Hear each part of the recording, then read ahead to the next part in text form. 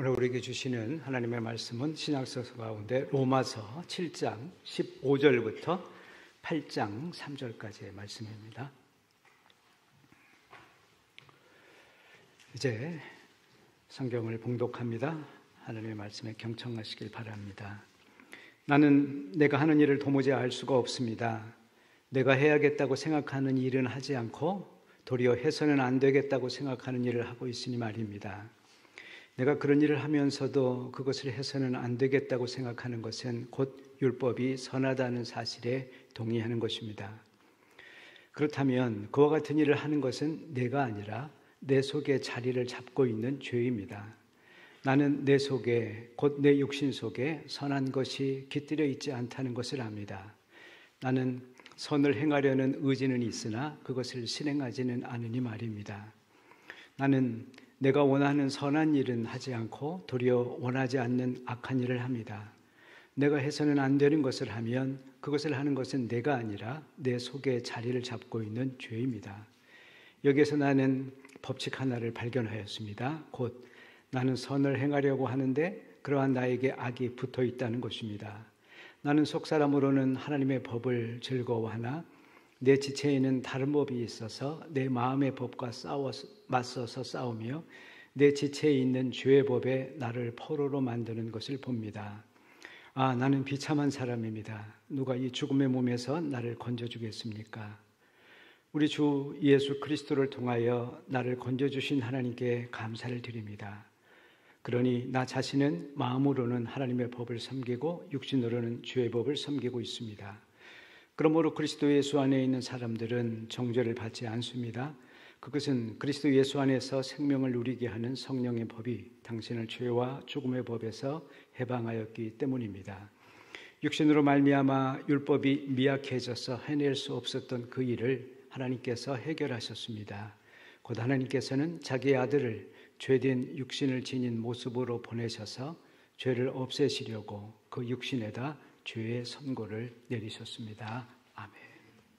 거룩하다고 하는 거, 성스럽다고 하는 거, 하나님께 사용하는 단어입니다. 그렇지 않고 함부로 사용하게 되면 우리가 이제 그걸 신성모독이라고 그렇게 표현합니다.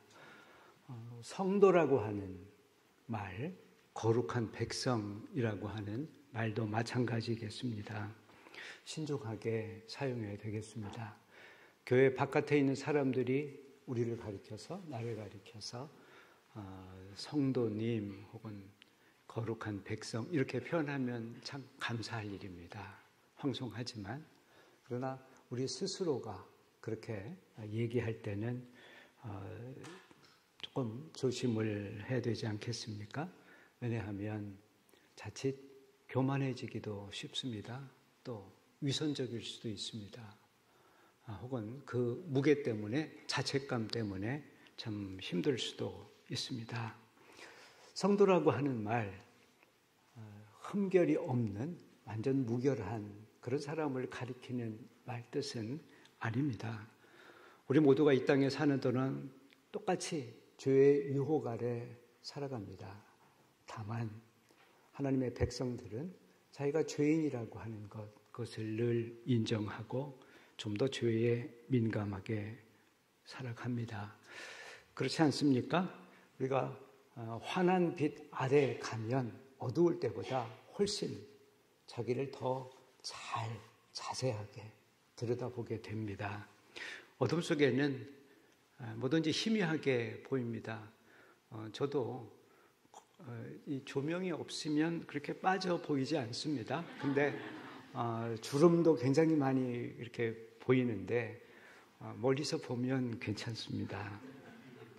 자신을 하나님의 빛, 환한 그 빛 가운데 본 사람이 바로 바울이었습니다. 그는 예수님을 믿는 제자들을 잡으려고 다마스쿠스로 갈 때 정말 강한 빛을 봤습니다. 그래서 눈이 아예 멀었습니다. 그렇게 강한 빛, 그 앞에 그는 꼬꾸라졌습니다. 종교적으로 자신감이 있었습니다. 누구보다 자기 자신의 신앙에 대해서 자부심이 있었습니다. 그런데 자신이 빛을 보고 난 뒤에 엉뚱한 길을 가는 그러한 소경, 장님 같은 존재임을 깨닫게 됐습니다. 그 이후로 그는 늘 빛 가운데 살아갔습니다. 그의 매일매일은 주님의 빛으로 더 가까이 나아가는 삶이었습니다. 오늘 본문을 보게 되면 로마서 7장 그의 고민을 이야기하고 있습니다. 마음 깊은 곳에는 하나님을 갈망하고 선한 삶을 살고 싶은데 몸이 따르지를 않습니다. 오히려 따르지 않는 정도가 아니라 손과 발은 영 반대로 가고 있습니다. 겉사람과 속사람이 다르고 둘이 완전히 따로 노는 것을 깨달으면서 그는 늘 둘 사이에서 번민하고 갈등을 합니다. 24절에 이렇게 탄식을 하죠. 정말 괴롭습니다. 마치 죽는 그런 느낌입니다. 죽음 가운데 있는 듯 그런 깊은 고민을 이야기하면서 누가 이런 고대로부터 이런 절망으로부터 나를 건져줄까 그렇게 탄식을 하고 있습니다. 비슷한 이야기는 성경에 많이 나옵니다. 구약 이사야서를 보게 되면 제사장 이사야가 성전에서 하나님의 거룩하심을 체험하고 이렇게 탄식합니다. 이제 나는 망하게 됐습니다. 나처럼 입술이 부정한 사람이 감히 하나님의 거룩하심을 보았으니 내가 어떻게 살 수가 있겠습니까? 베드로도 갈릴리 해변에서 주님을 만났을 때 이렇게 고백을 했습니다. 주님, 저를 떠나십시오. 차마 제가 주님 앞에 선 제 자신을 볼 수가 없으니 제발 저를 멀리 떠나십시오.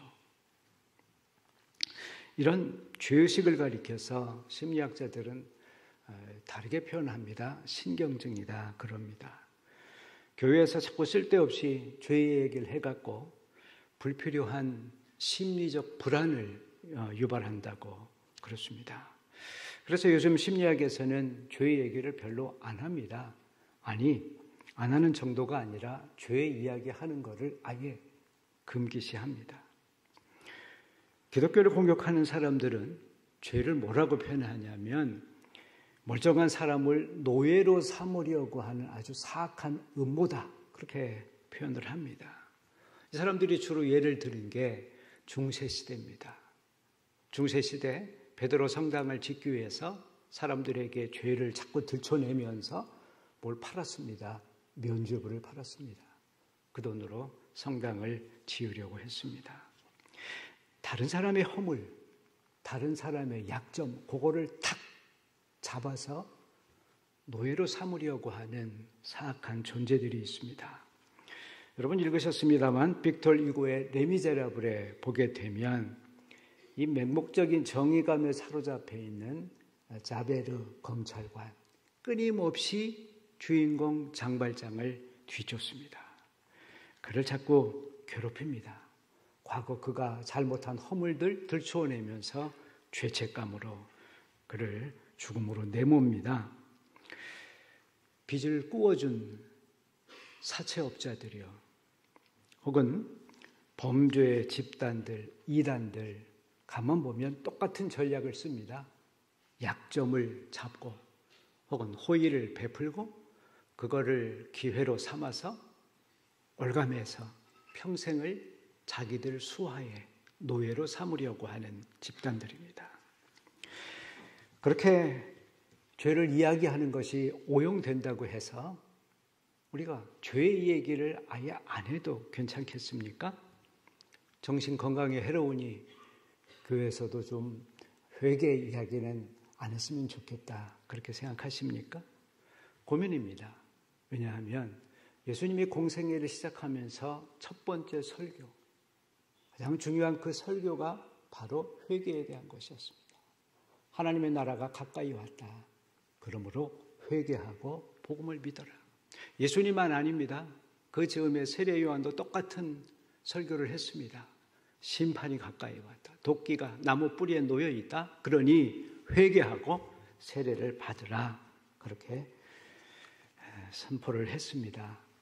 여러분, 누가 여러분에게 지적질하는 거 좋습니까?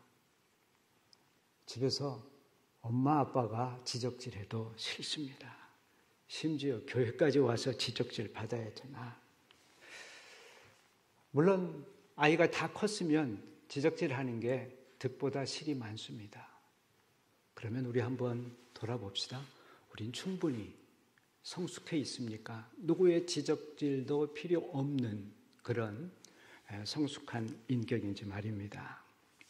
로마서 1장을 보게 되면 바울이 수십 가지 종류의 악덕 목록을 쫙 쓰고 있습니다. 불의, 악행, 탐욕, 시기, 분쟁, 수군거리는 거, 오만한 거, 불손, 모략, 무자비, 기타 등등.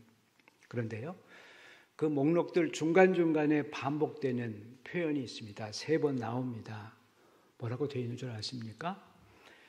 저 사람들이 그 마음속에 하나님 두는 것을 싫어하니까, 하나님을 인정하려 하지 않으니까 하나님께서 그들을 내버려 두셨다.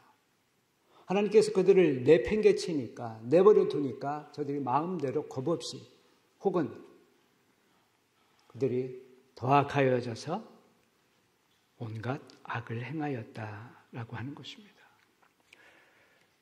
주인 없는 개, 들개가 됩니다. 하나님께서 우리를 포기하시면 우리 양심이 무뎌질 수밖에 없고, 바울은 이것을 양심의 화인을 맞았다, 그렇게 표현을 합니다. 옛날 고대 사회에서요, 노예를 새로 사면 거기에 자기 집 소유라고 하는 불도장을 딱 찍습니다. 가슴이든지 이마든지. 그러면 그 노예는 이제 주인의 소유가 되고, 주인이 수하에, 주인이 하려는 대로 그야말로 노예가 됩니다. 자동차를 운전하다가 도로에 보면 여러 가지 표지판이 있습니다. 속도 제한도 있고요, 또 끼어들기 금지도 있고, 꼬리 물기 하지 말라, 또 주차 아무데나 하지 말라, 주정차 금지 표지판도 있습니다. 남들도 다 하니까 우리도 모르게 그런 실수를 함께 할 수 있습니다. 다른 사람처럼 나도 과속하고 끼어들고 꼬리 물게 하고, 그러다가 주차 단속에 또 걸리기도 합니다. 아니, 저 사람들도 다 하는데 왜 나만? 그렇게 생각하지요.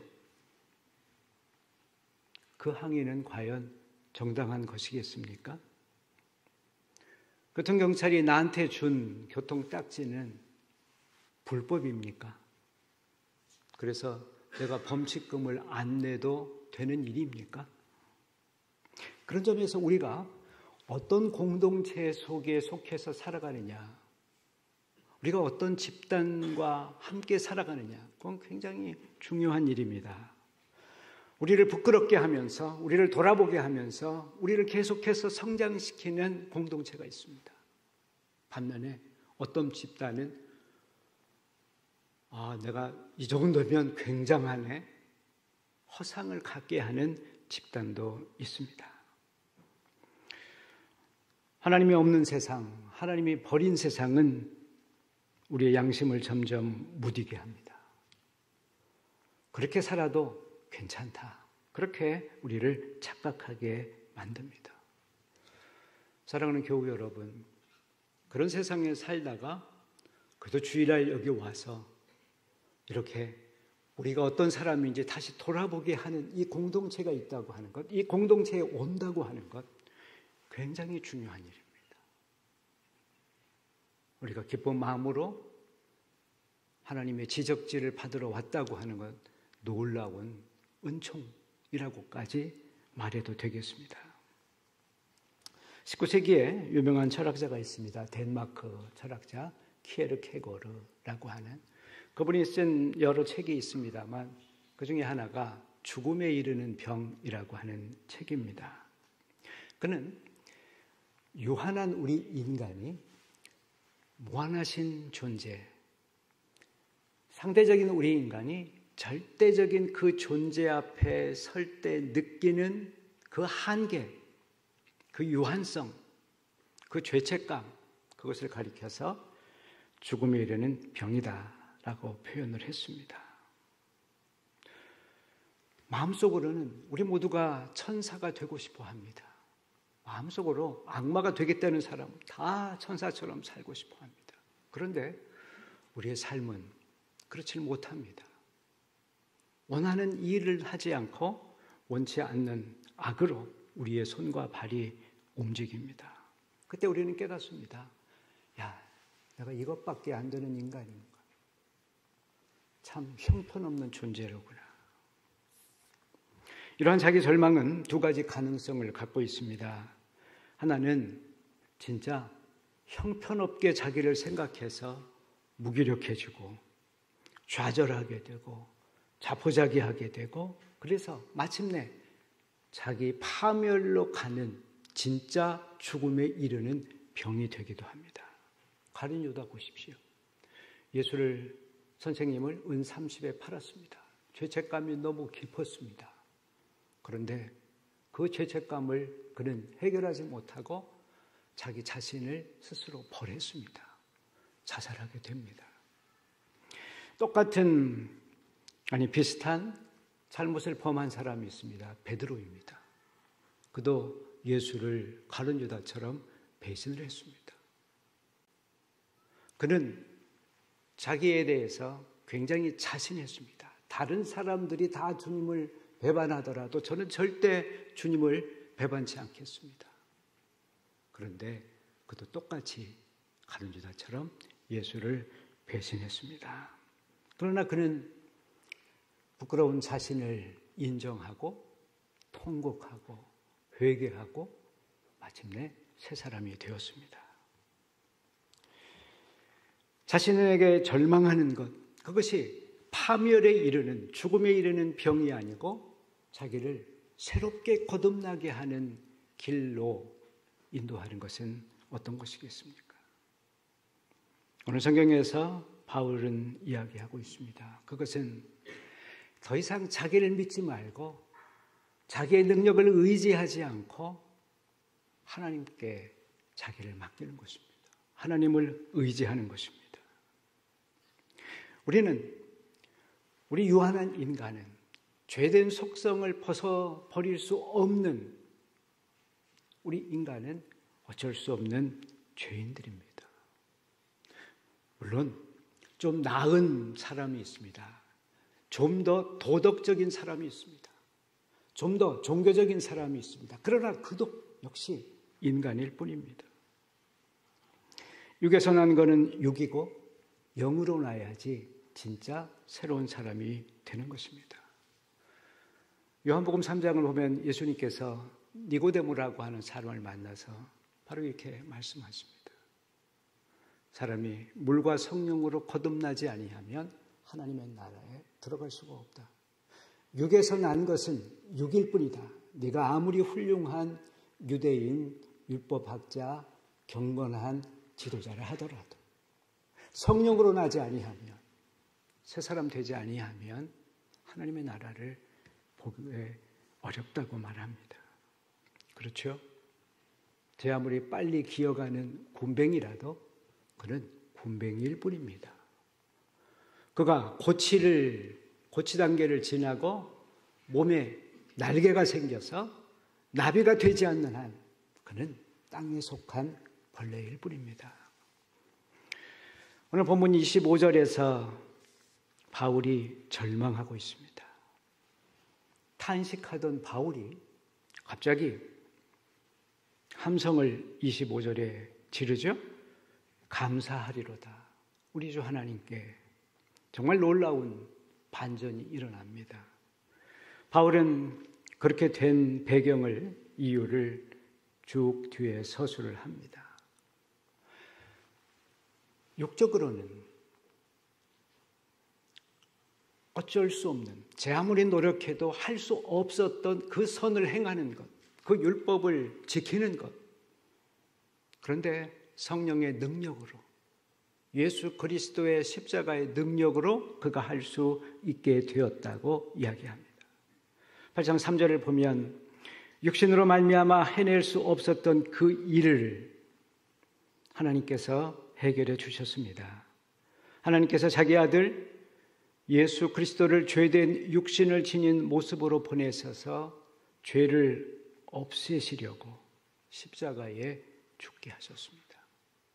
바로 오늘 성경에서 죄를 가리켜서 죄가 우리 마음속에 자리 잡고 있으면서 우리를 포로로, 노예로 삼는 어떤 인격적인 존재로 이야기합니다. 죄가 파워를 갖고 있는, 우리를 엉뚱한 길로 나의 의지와 상관없이 나를 끌고 다니는 무자비한 그런 폭군 같은 실제적인 존재로 이야기하고 있습니다. 그런데 그 죄를 예수 그리스도께서 십자가에서 격파하셨다라고 그렇게 얘기합니다. 우리가 예수 그리스도 안에서 예수 그리스도와 함께 우리의 겉사람을 십자가에 못 박을 수 있다면, 그렇게 되면 죄의 노예였던 우리가 해방이 되게 됩니다. 어떤 죄를 저지른 사람도, 아무리 나쁜 죄를 저지른 사람도 그 사람이 죽으면 더 이상 그 사람에게 죄를 묻기가 어렵죠. 우리가 그리스도 안에서 죽게 되면 죄의 세력이, 죄의 권능이 우리를 어쩌지 못한다라고 하는 말씀입니다. 세례는 우리가 죄에 대해서 죽고 그리스도 안에서 사는 강력한 표징입니다. 우리 모두 받았던 그 세례를 기억하시고 그 능력도 다시 기억해내시길 바랍니다. 물론 오해하지 마십시오. 우리가 경험했듯이 그렇다고 해서 금방 천국을 사는 것 아닙니다. 우리가 세례를 오래전에 받았으니까 성인이 된 것도 아닙니다. 우리가 열심히 신앙생활해도 우리가 이 땅에 머무는 한 우린 끊임없이 죄의 유혹 아래 살아갑니다.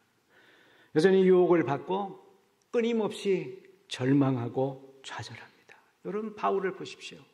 그 강렬한 빛에 3일간 눈이 멀었고 다시 보게 되었습니다.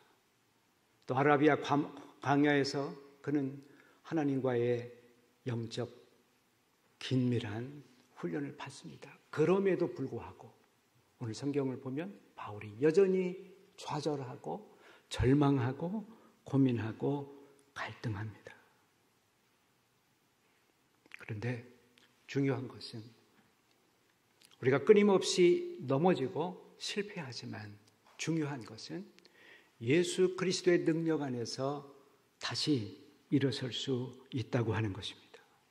우리가 십자가를 의지하면 의지할수록 이 절망을 견뎌낼 수 있고 새로운 희망과 힘을 가지고 벌떡 일어설 수 있다고 하는 것입니다.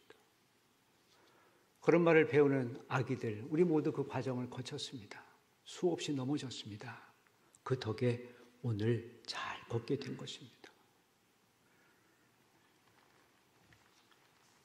여러분, 병원의 의사 선생님 각종 이제 검사를 하고 면담을 합니다. 여러분, 선생님이 진실한 얘기를 해주길 바라십니까? 아니면 여러분이 듣고 싶은 얘기를 해주길 바라십니까? 종교가 타락하면 진리를 이야기하지 않고 듣고 싶은 이야기만 들려줍니다. 글쎄요, 좀 논리적 비약이지만 알고리즘에 의해서 만들어지는 SNS도, 우리가 흠뻑 빠져있는 유튜브들도 타락한 종교 같을 때가 있다고 하는 것입니다. 듣고 싶은 말이 뭐겠습니까? 나의 욕망의 소리입니다. 그 욕망의 소리를 자꾸 들으면 오히려 자기 욕망이 강화되고 자기의 존재, 자기가 되어야 할 그것으로부터 점점점 멀어질 수밖에 없습니다. 우리가 빛 가운데로 나아가면 괴롭습니다. 다 드러나니까. 그러나 그걸 통해 건강해질 수 있습니다. 그 아픔을 통해, 그 절망을 통해 새롭게 될 수가 있습니다. 오늘 설교 후에는 성찬식이 있습니다. 예수 그리스도의 십자가의 능력을 경험하는 시간입니다. 주님 앞에 나올 때에 우리 연약함을 인정하고 주님께서 우리를 새롭게 하시는 그 은총을 받는 시간이 되길 바랍니다. 그런 의미에서 성찬은 그리스도의 죽음을 아파하는, 슬퍼하는 시간이지만 동시에 우리가 새롭게 된, 우리를 새롭게 하시기 위해서 기꺼이 십자가에 죽으시고 부활하신 그리스도를 찬양하고 감사하는 시간이기도 합니다. 교우 여러분, 오늘 찬송가 230장 1절 2절을 함께 부르면서 주님의 은혜를 감사하고 찬양하는 그런 복된 성찬이 되기를 바랍니다.